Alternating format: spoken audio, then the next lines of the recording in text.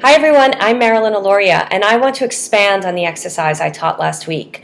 Last week I did an exercise on channeling. The video is called Channeling Exercise. So if you didn't watch it, stop this video, go back, watch that one, then come back and meet me here. For those of you who did do it, pull out that assignment that you did last week from the channeling exercise. And since we're talking about channeling and we're talking about getting in touch with our guides, angels, saints, deceased loved ones, whoever you were wanting to connect with, think about someone or an entity that you want to get in touch with right now. Close your eyes and just feel that connection. Don't worry about if you're making it up or that you may be feeling it, you're not feeling it. You know, you go through a lot of doubt when you do this work. Just close your eyes and just bring in the willingness to connect to that entity. So let's say it's Archangel Michael. Just say, I want to connect to Archangel Michael right now.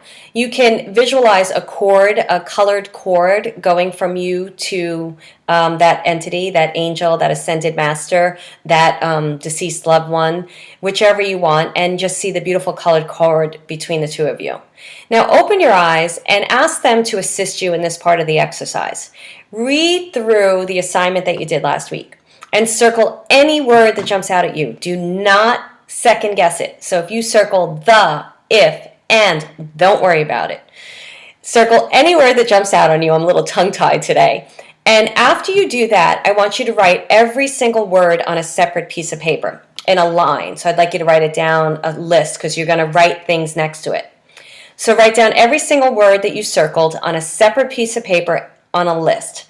And now I'm going to teach you how to break down symbols without having to Google.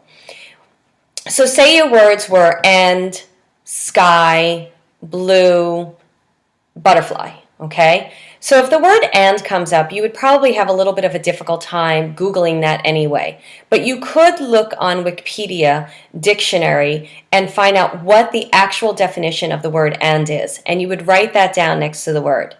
Can't remember what I said. I think the next word was blue. So say the next word is blue.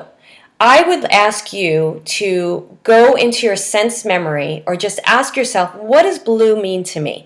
What does blue make me feel? How do I feel when I see the color blue? Write that down next to the word blue. There you did. You just broke down your own symbol. You can also Google symbolic meanings for the color blue and pick the one that resonates with you. So the next one I think I said was sky. You can do the same exact thing you just did.